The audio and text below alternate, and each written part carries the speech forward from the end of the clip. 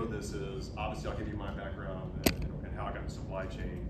But then, but what I'm going to be telling you doesn't. If you don't go into supply chain or you're not in supply chain, that's okay. I think it's going to help you out. So, and I'll tell you again about myself. Kind of walk through it. If you have questions as we go, just stop me. It's okay. This is informal. We'll wrap up by about 12:40 to get any questions in, and we have to be out here by 12:50. Okay, so we'll be pretty quick.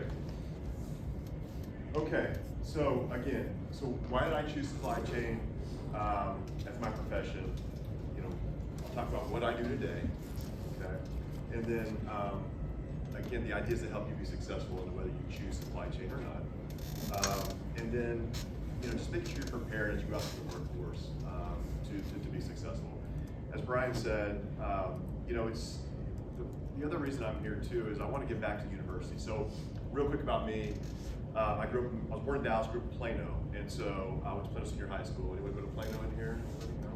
Oh, there you go. Okay, cool. So I went there and played football, and then at the end of my high school career, we had a couple guys in the team that were getting recruited heavily. I was not. This was a long time ago. This was back in the '90s. And then I started getting calls after the last game was over to go play football. I'm like, oh, okay, well, I was ready to go to Texas Tech with my friends and go have a good time and learn a little bit, but have a good time, be a student for once. But long story short, I ended up taking a scholarship to go out and play football at Wake Forest. So went out there to Wake Forest. I was probably about 70, 80 pounds heavier than I am now, and got hurt, had some injuries, and called the folks and said, hey, I'm not sure this is the right thing for me. I'm not sure if I'm going to keep doing this. And so made a decision to stop playing and came back home. And I was like, okay, what do I do now? Now what, right? So was back home in Plano, and I'm like, UNT is a great, it's close. It's got a great business program. So I got to UNT and enrolled, got in obviously. And then as I was heading towards my junior year, I was a marketing major, but I wasn't sure what I wanted to do. I still didn't know. And I got a phone call from one of the professors in marketing who had said, hey, we're going to start a logistics supply chain program. Do you want to be a part of this? I'm saying, well, what is logistics supply chain? What is it? He's like, well, here's what we're going to do. You're one of the first people I'm contacting. There's an internship at UPS. So if you want it, go and apply for it and go talk to the gentleman. So I went down to the interview, and before I went to the interview, and again, this is almost 30 years ago, I called my dad, who was in the Air Force for a while, and I said, Dad, what's supply chain? What's logistics? He goes, it's getting something from point A to point B the most efficiently way possible. So I get the interview, and the first question that was asked is, well, what's your definition of logistics? And I'm like, well, it's getting something from point A to point B as most efficiently as possible. The guy's like, oh, that's a great answer. I'm like, all right. So I managed to work my way through the interview, and I was the only one that interviewed, so I got the job, so I had a 100% chance. But I'm ecstatic to be in the business. So, and I equate supply chain logistics to a lot like sports. There's a lot of like interactive. There's leadership, but there's also there's a physical component where you're trying to manage people, move product through a supply chain. But it's really interesting stuff. But that's how I got here. That's how I got to UNT. Okay, so kind of an interesting background there for me.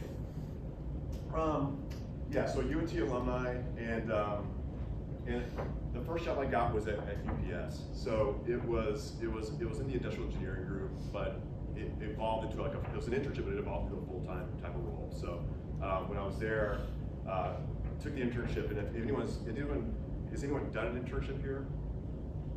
Yeah, okay, yeah, hugely critical. You're going to be doing whatever major you're in, you want to do the internship, obviously. And from that, the internship that was supposed to be 6 months turned into like a year and a half role. Okay, so it was a really great experience. And while I was there, it was again back in the '90s. There was a lot of opportunities going on at the time in telecom. So then I got a job with Verizon. So I left UPS, went to Verizon, and was a buyer planner. But I ended up spending 15 years at Verizon.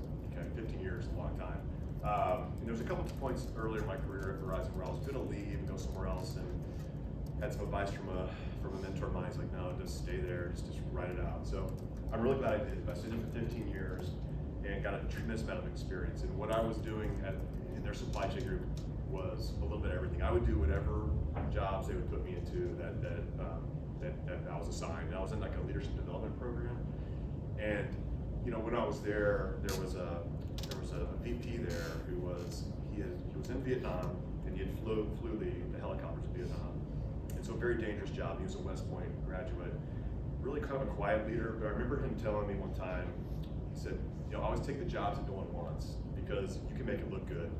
and it shows that you've achieved something. There's jobs of mine that are easier. But I remember him saying that. So that was my whole approach with what I did at Verizon was I tried to get as much experience as I could, because supply chain, and again, this applies if you're not supply chain, it's okay, but there's a lot of different functions and roles within supply chain. And so my idea was, I'm gonna learn as much as I possibly can in every little part of the business. And then at some point down the road, 10, 15 years later, if I try to get promoted, I can go back when I'm interviewing and go, hey, yeah, I'm doing this, but I've also done this, this, and this. And it's kind of building your foundation, like building a house. It's a solid foundation. So that's what I did. And you'll see through my background here, kind of what I did and different roles that I took. But again, Verizon supply chain director for a couple years there after working my way up. And then I went to Yeti for a couple years. If you guys know Yeti, the cups, Yetis, I joined Yeti when it was about 100 people. When I left, it was about 600 people there. But it was a great experience. It was funny because at Verizon was like a big, it's your classic corporate environment. So the last time I had gone to the headquarters when I was at Verizon, I had a suit on. That was normal. Like I was wearing a suit. I don't think people wear suits unless you go to a wedding or whatever the case may be. So, but then when I went to Yeti 2 weeks later down in Austin, there were beer kegs everywhere. We had, the cafeteria we had happy hours, and it was just a totally different environment. So it was really eye-opening, but it was really cool to see the growth that we had. So again, you go from Verizon, it was a Fortune 5 company, it was about $100 billion in revenue, to a startup, Yeti, doing coolers and this kind of this party environment. But it was still fun. It's a great experience. From there, then I wanted to get back up to Dallas, Fort Worth, and actually my wife's from Fort Worth. We actually met here at UNT. So the plan was to come back to Dallas. So I got a job with DGO, which is a medical supply company up here in Fort Worth. So if you go down 35W, there's the Buc-ee's on the other side of the other Buc-ee's. We're on the other side of that. So there was a building that I was working at there, and it's right in that little hill by the Alliance Airport. So I was there and spent about 3 years there at this place called Don Joy, which is medical supplies. And then down the road, they're putting another building up. These buildings weren't all there at that point, and the Callaway symbol went up on the side of the building. I'm like, oh, that's pretty cool. Okay, Callaway, no golf. And so what I did was I connected with a few people there that were online on LinkedIn. If you aren't on LinkedIn, get on LinkedIn. If you are on LinkedIn, find me and connect with me. That's really important. That's one thing I have at the end of the deck, but don't forget to do that. I'm hopeful that when I finish doing these, typically I get like 20 people that have connected, so please connect with me because it'll stay in contact will help. So, but long story short, so the job that I ended up getting at Callaway opened up. I interviewed, and when I went down to the interview, I told my wife, I'm like, hey, I'm not going to change jobs again. Like, I'm good. As Brian said, I've been to a couple, but when I get to the interview, the ironic part was the interview went pretty well. With it was the COO and the senior VP. At the end of the interview, the COO looks at my resume and goes, well, you have one bullet here on UPS. Tell me about UPS. Because at this point I developed there's just a lot on the resume. It's hard to get to 2 pages. And I said, well, I worked at the Metro Dallas facility and I worked for so-and-so. And they're like, wait a second, he's like, we're like best friends with this guy. So then 5 minutes later, the end of the conversation is like, okay, tell us what you want to get here. Come back with it, give us your offer, and what you want, we'll come back and count. And long story short, by I'd say 48 hours later, I was with Callaway, and my wife's like, okay, all right, we do it again. But the whole part of that story is like, as you guys start to develop relationships with people, and even in the room with co-students here, there's people that I still talk to today that I met here at UNT. But like that one internship, that one phone call I got to go and join this supply chain program, which I had no idea what I was doing, then connected me back to the folks at Callaway because of that one individual. It's just a wild ride you'll be on. Again, whatever industry you're in, okay? Okay, any questions so far on this? Yeah. Just about your resume as a whole. So you've got Yeti and DGO, you've only got a few years there. Yeah. What were your motivators to move on? Yeah, so the DJO one was that story of that opportunity opening up, and then when I met the folks, it was like I felt like it was the right move. The Yeti one was interesting, so that's a good one because Yeti, I was pulled down there. So Yeti pulled myself and probably I'd say 8 to 10 other senior leaders from like Nike and Adidas, because they're taking this business that's 100 people, trying to make it big time and go public. So they got a lot of us in from other parts of the country, and we killed it. We killed it for like 2 years, and it grew every year, double. And what happened was, Yeti was going public, and then when it did at the time it was supposed to go public, so then they came back and said, okay, we're gonna cut back on certain areas. So the writing was on the wall there, decided to move on. So yeah. So that's the other lesson learned too, is that with a big company like Verizon, there's a lot of stability there. And this is good for everybody in the room, right? There's a lot of stability there. It's kind of, you can pick your times. If you go to the smaller company, there's opportunities to make maybe a lot of money, but it could also change really quickly. So that's a great question, yeah. So ideally, I would prefer to have, out of bounds, but every one of these experiences I learned from it, and you just get stronger. So yeah, great question, thanks. Okay, any others? Okay, so what is it I do right now? So right now, I'm in supply chain, right? So I've gone down this fulfillment path. So within supply chain, there's probably 8 things you could do. Arguably 8, you could say there's 10, some could say 6. I'm in distribution and fulfillment, right? So I got into that at the end of my Verizon career. Okay, and so the distribution center we have, it's on the highway. If you go down 35W, you'll see Bucky's on the right. We're on the left. You'll see us, we're by Walmart there. We have about 1.1 million square feet. We have 2 buildings actually. One completely ours, and there's a half of one next to us that we got. And so it's a big DC, and inside the DC, we have distribution and fulfillment, which is what I'm driving and I'm responsible for. I have about 400 people that work for me on any given day. Sometimes it goes up to 500. But I also have in the building, we have accounting, we have finance, we have marketing, we have engineers, we have a little bit of everything going on in the building. So that's why it's kind of a cool building. And one reason I chose to go there, because there's a lot happening. We also have inventory control, and in the building we support, it's Callaway's the parent company, but we have Travis Matthew, which is clothing, if y'all know clothing. There's a store in South Lake, store in Plano. We have Top Golf, Top Tracer as well. And then we also have a used club business that's all we put in here. But that's the building here. Now let's just have a few clips. We had everyone, if y'all remember the eclipse that happened a while back, we all went outside. I just happened to find that picture, that was kind of cool. If you focus in on that little dot, that's the moon there. So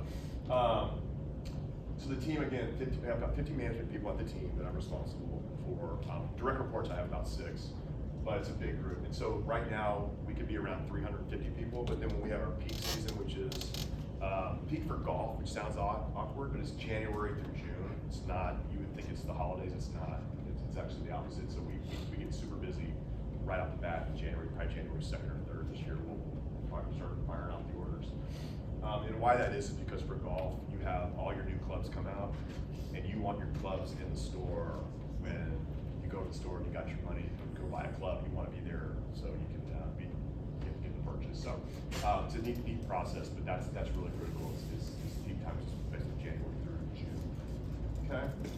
So what do I like about my job? There's never a dull moment. It's never a dull moment. So if you do get in this business and you get kind of in the side of it, it's I would say half of what I deal with is technical and half is people, right? It comes down to a lot of people. So as I've done this presentation a few times, I've evolved it over and over. And it's kind of interesting, as I've gotten older, it's more about people. And I'll kind of explain what I mean by that. And I think you'll start to see that in these groups. I know when I come to my senior year here at UNT, we did the group projects, and you start to find out really quickly that it's good. How strong is my team? There's always players that maybe weren't shown to meetings, and it's the same thing out in the real world, right? And actually, a really interesting story. When I was here my senior year, I partnered with one of the guys I was friends with, and I was kind of a little bit more calm and subdued. He was a little bit more fired, but we worked great together. And so we would always recruit two other people on these projects that we did. It was awesome senior year. So as you're doing your class work at the end with the groups, just be mindful of who you're selecting your partners, just like out in the business world. We constantly get stretched. We're getting pressed all the time at our company. The whole goal is to be the best you can possibly be. So the way that we think about things in the building is minutes matter. So if you lose a minute here, an hour here, you never get it back. It's just cash you're burning. And so we're always trying to find a better, faster way to satisfy the customer. It's nonstop. So, and the final one I add, this is new, is culture. So culture's really big, and that's about the people. And it's, you know, one thing that some of our senior leaders say is, you wanna work at a place where you get up in the morning, you're not sitting there going, oh my gosh, you're hitting the snooze button, you're like, oh gosh. You wanna get to a place where you're getting up in the morning, however you do your routine, get going, that you're pumped up to go and you're excited, you're getting out of that shower, you're hitting the car, you're going, you're getting your coffee, whatever you do, and you're ready to go. And that's what I think is really important, because you wanna have a job that you're excited to, deep down in your heart, you're excited to be a part of. So I used to think a lot, and I may cover this later in the slides, it's about money. I always wanted to have to make the most money I could make, you know, coming out of school. I'm like, I gotta make this much, I wanna drive this car. You know, at the end of the day, it's not about that. I don't think it's about that anymore. It's about the people and the relationships you have. That'll make you more effective and more efficient. So, so keep that in mind too, because I was all about trying to. I never got nice cars coming up. We always, my parents had bought a '69 Volkswagen Bug. My dad did, and my mom and him got married. They went out to Miami. Actually, he went to school in Miami, but they drove that car. So we all got the '69 Bug passed down to us, and probably the most dangerous car possible to drive. But so that was my thought, was I need a nice car. But anyway, so yeah. Right, okay, question. Yeah. So you talked about culture and operations. So in the last 5 years, Callaway bought Topgolf. Now they're talking about spinning Topgolf. How has that transition to acquire, transition to spin? Yeah. How's that affected culture? How's that affected operations? Yeah, that's a great question. Yeah. So that's a great question. So Callaway. Right, what Callaway did is they bought Topgolf, Top Tracer, they bought Travis Matthew, Jack Wolfskin was another, it's a European brand. That's a really great question. So we are going to spin off Topgolf. So anyone been to Topgolf here? Yeah, there you go. Okay, fun place. You get a little pricey at times, but it's a fun place, fun to have a good time. So what Callaway's going to do is spin that off and separate from that. Okay, because that's more. It's really like a bar restaurant. And so they're going to separate the two off. So Callaway's going to keep Top Tracer. So Top Tracer is a technology. If you ever watch golf on the weekends, or you watch it, you go to Topgolf, you see the ball flight. The amount of technology that's built into that is off the charts. It shows you the spins, the speed. So they're keeping the technology part of that. So we're going to keep that back because that ties into golf courses. The PGA Tour obviously uses it.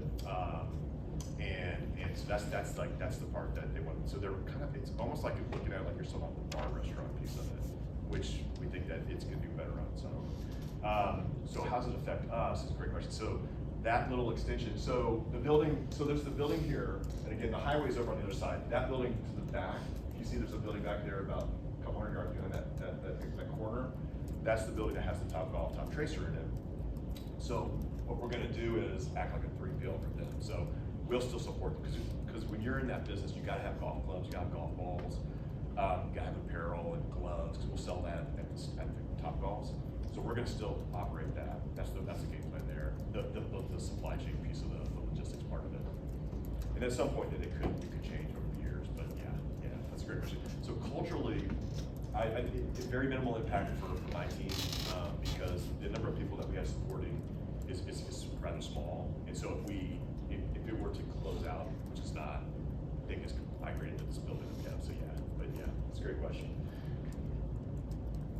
Okay, so as you're looking at companies, again, this is where I've kind of changed this over time. And this is again my perspective.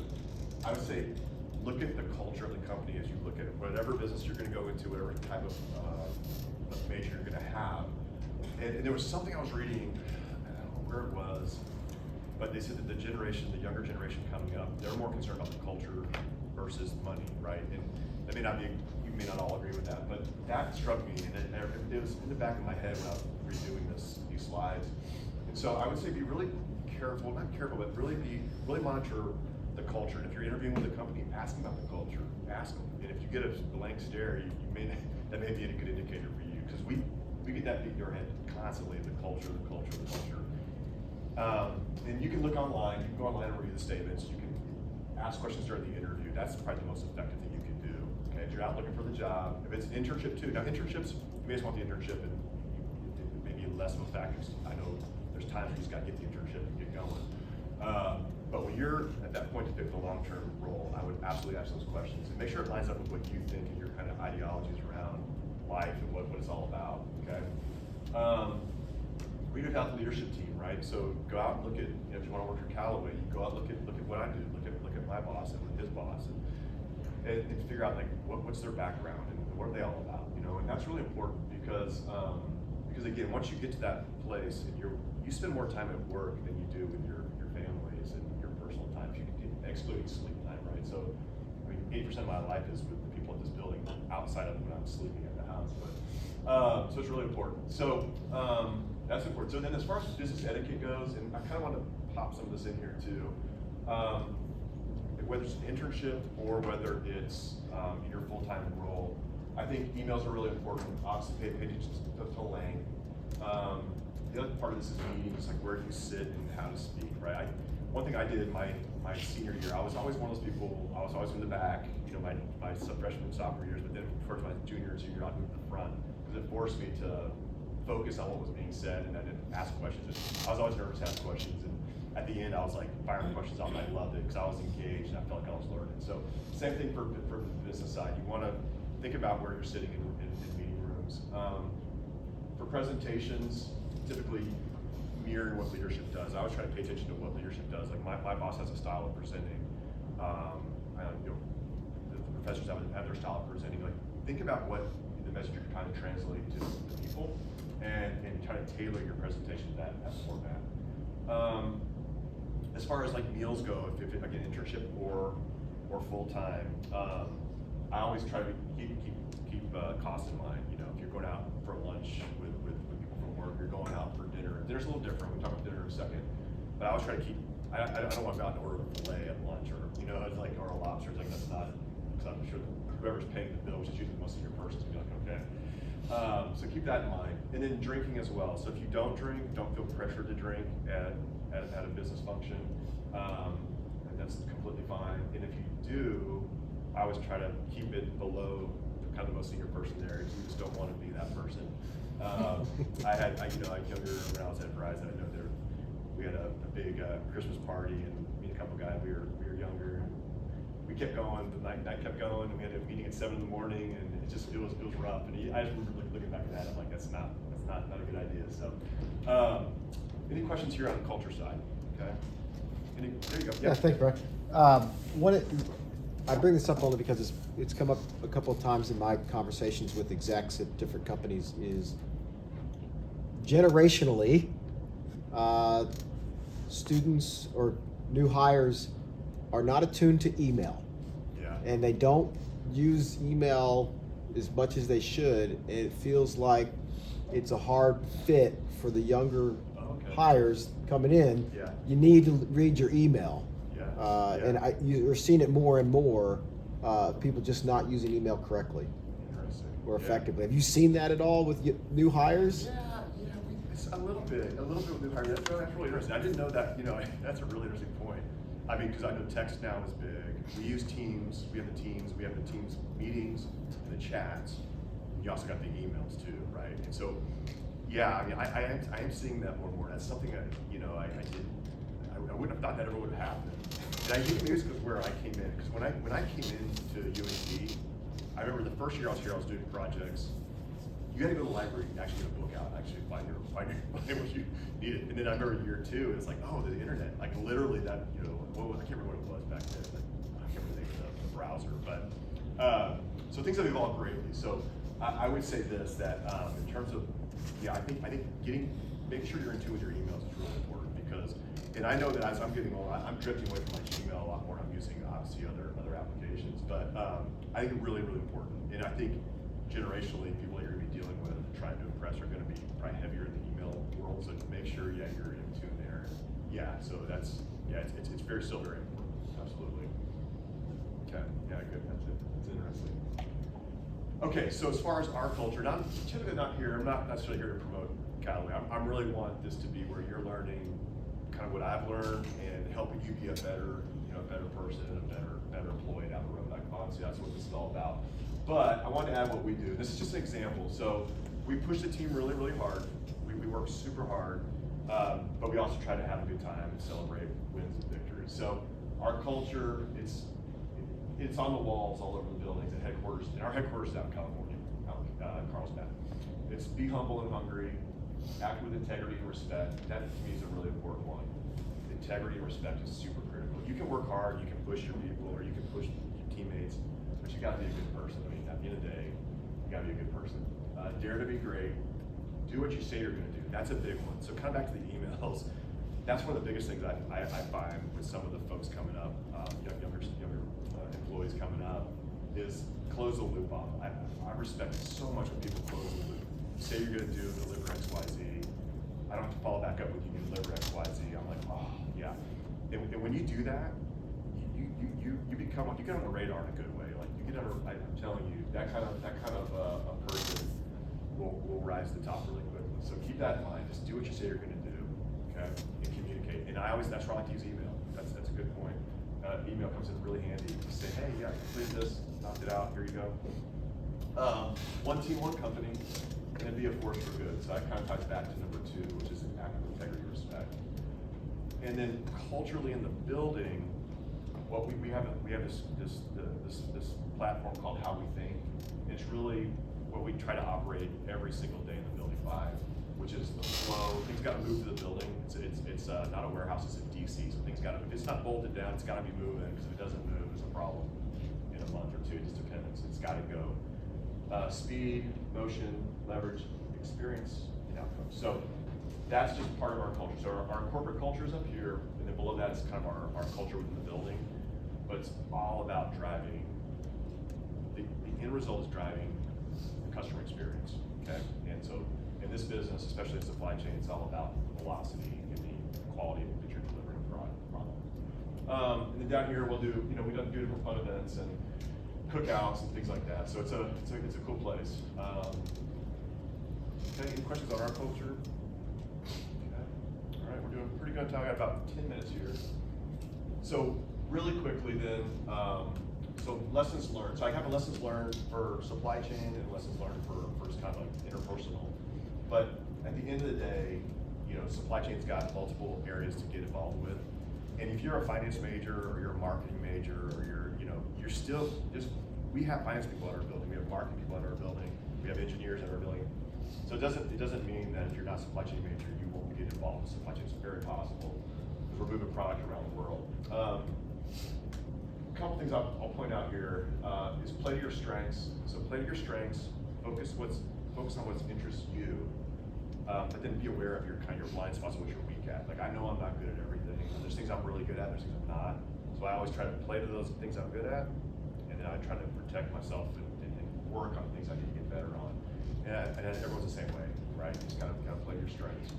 And I think the other part of this is, I'm talking about establishing a foundation. So wherever you go, establish that foundation with whoever you're working for, and it starts off with just like I said earlier, just close the loop and be effective. And it's interesting nowadays when people work hard and get results and they're a good person, like they rise up really quickly in our building and in our company. And trust me, people notice it. Okay. And then also promote yourself too. So you can promote yourself without being too obvious about it. You don't want to be all about you. It's about your team, but you got to also be able to promote yourself in the sense that your work will speak for itself. You got to network too. So in this room, you've got tons of people in the room, right? And some of you will work together in these classroom settings. And when you get out in the real world there,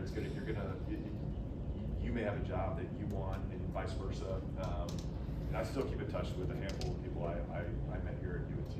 Okay, some very successful people out there, and I always just keep tabs. And I've actually had some come back to me and look for jobs, and I've helped them out. If I can't get one, I'll find somebody to connect with them. Okay, and be a good person. That's the bottom line. Be a good person. Be a good person. Things good things will happen to you. Okay. All right. So then, any questions on that part of it? Okay. So then, lessons learned again, more from a personal standpoint. Have a plan. So when you get to your internship or your job, have a plan. So I always call it 30, 60, 90. So what do I want to have done in 30 days? What do I want to have done in 60 days and in 90 days? If you can, I actually did an interview this morning with somebody inside the building that was looking to get a promotion, and I asked the exact question. It was like literally 2 hours ago, and I said, well, what's your plan? What's your plan? And he said, well, I'm going to take a 30, 60, 90 approach. And I smiled like, cool. Like, because you're thinking about it, you've got to have these, you're not going to come and be super successful day one, but you need to have a game plan of where you're going to get to. So that's a really important one. So you can use that in an interview, internship or full-time. First impressions are vital. There's been so many times I look back in my career, just things that I wish I would have done a little differently. But those first impressions are so vital, so be really careful there. I don't want to make you nervous or scared, but it's like just think about things you say, things you write in emails or texts. So be careful. Close the loop, talked about that earlier. Take the hard jobs and conquer those. So don't be afraid of a hard job. There's easy jobs out there, there's hard jobs.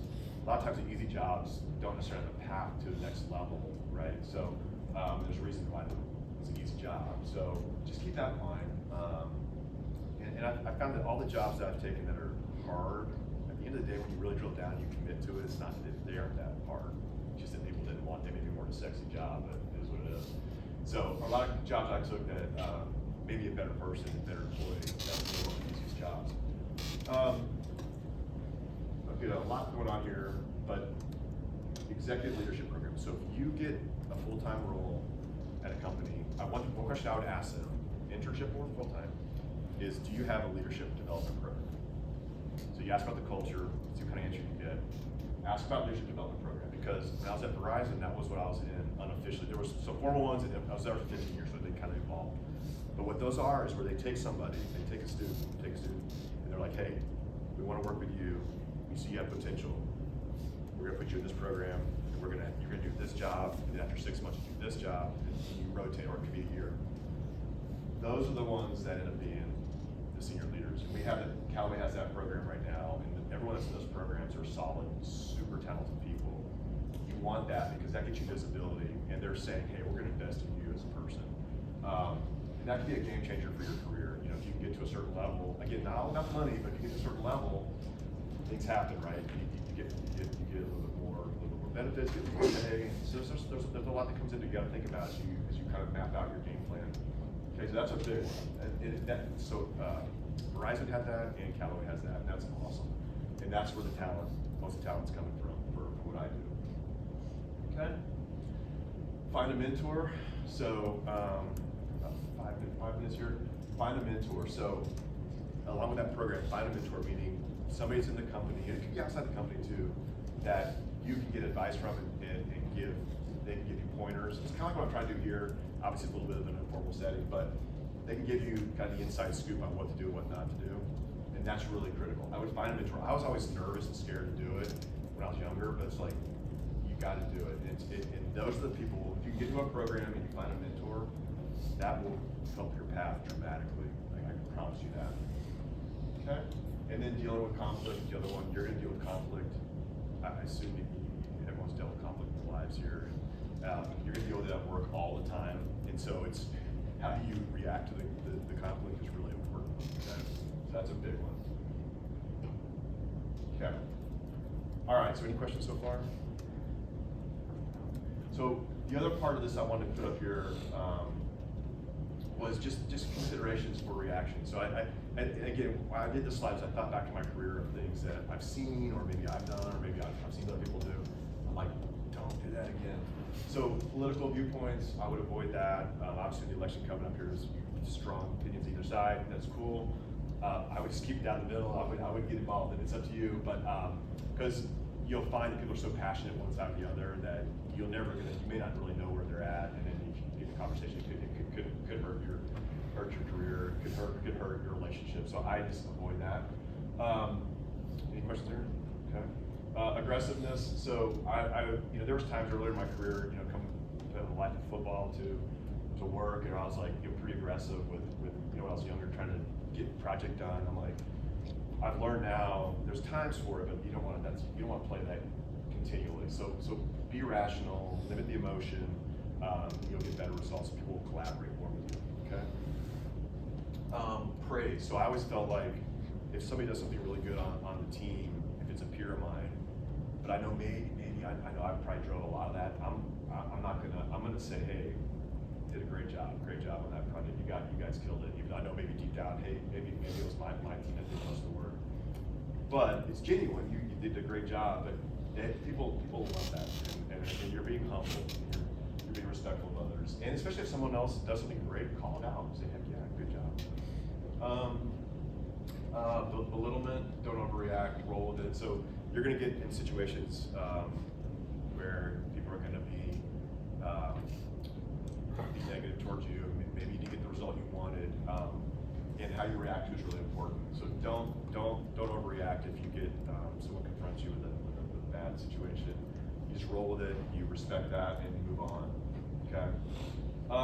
And then being put on the spot. So I just remember it happened to me a few times in my career where I was put on the spot, and maybe I wasn't ready, or I wasn't quite listening in the meeting, and I could have just knocked it out of the park, and I wasn't. So be ready when you're in meetings with senior leadership, or whoever you're working for, to be put on the spot. So be ready. So it actually happened this morning. I was on a call. We had a earnings. It wasn't earnings; it's a revenue call from the Callaway side. So it's where the finance team meets to talk about the numbers for this month, how we're going to hit the numbers. And my boss was on, and then the question had come up for us on shipping and distribution side of what we're going to get and how we're going to land. And he jumped in. He didn't ask me the question, but I had my numbers ready. I had on my screen. I had a split screen. I was ready to go, and he got it. It was great. I'm like, cool. He's a senior guy. He texted me. He's like, hey, did you see that? Were you ready? I was like, yeah, I was ready. He literally texted me that and said, would you have had it? I said, yeah, I had it. Yeah, I was ready to go. But thank you for jumping in there.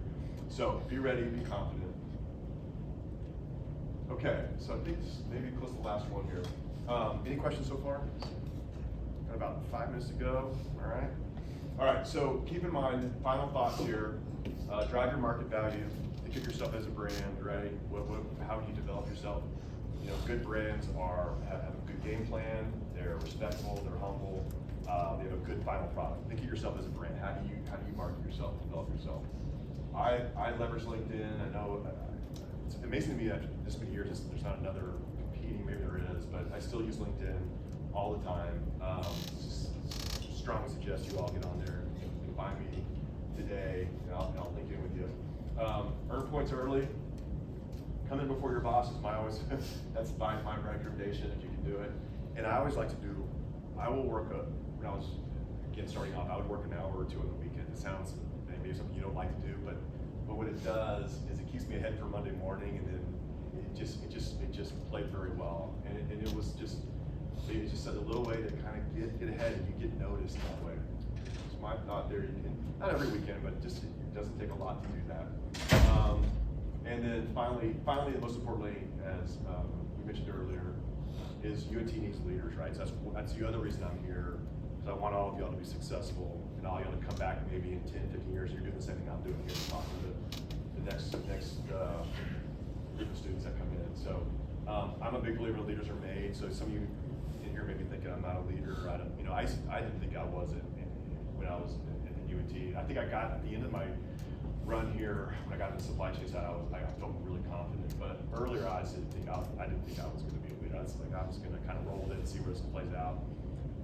I'm telling you, if you don't think you're a leader, you got to really press yourself and don't think that way, because everyone can get there. I'm telling you that it's possible. So I think some are born, but I think most are made, honestly.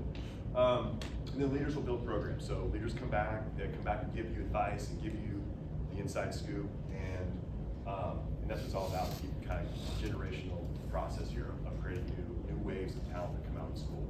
And again, if you're not supply chain, okay, but if you're finance or you're whatever majors you got, go out there and kill it and crush it, but come back and get back to the university. It's really important. Okay, so this is the final picture, so a little bit more culture stuff that we did. Yeah, so that's kind of me in about the past 27 years. So any questions, anything you're like,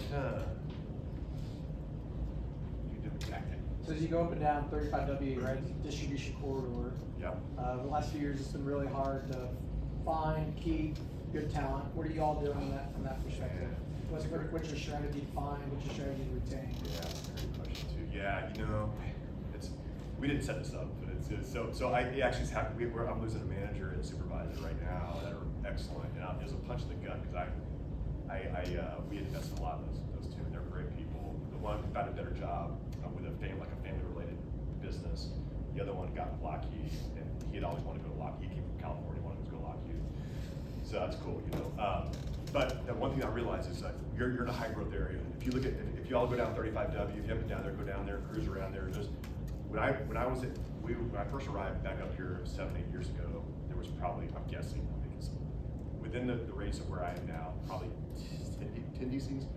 Within 5 miles, there's probably 50 now, literally, and there's more coming. Dick's Sporting Goods is coming, and so it's hard. And I think where you got to win on is culture. So if you're happy at the building, you're feeling good, you have a path, and you're getting developed, I think you're going to stick with us and not go to player X, Y, or Z. So I think that's where you got to win is with the culture piece of it. Pay is obviously important and a good benefits package, but the culture piece is so critical. And then you just got to be ready. You're going to lose the talent. I think this hot market here, it's just off the charts. So it's a challenge for sure. But I've been a part of the DC when I was at Verizon. I had a few more DCs than I have now, but we had one out in like Pennsylvania outside of Harrisburg. It was more out in the sticks a bit. You know, it was close to Harrisburg, but it was still kind of out in the country. And now it's a little different market because you didn't have as much talent to choose from, but people weren't leaving because that was kind of what you had to do. So it's just there's two sides of the coin. So I think it's just something I'd rather have this set up here or down here. But that's a great question. That's hard to get talent, which is good for anyone here looking for. When you all look for jobs, there's a lot of demand out here. You'll see it for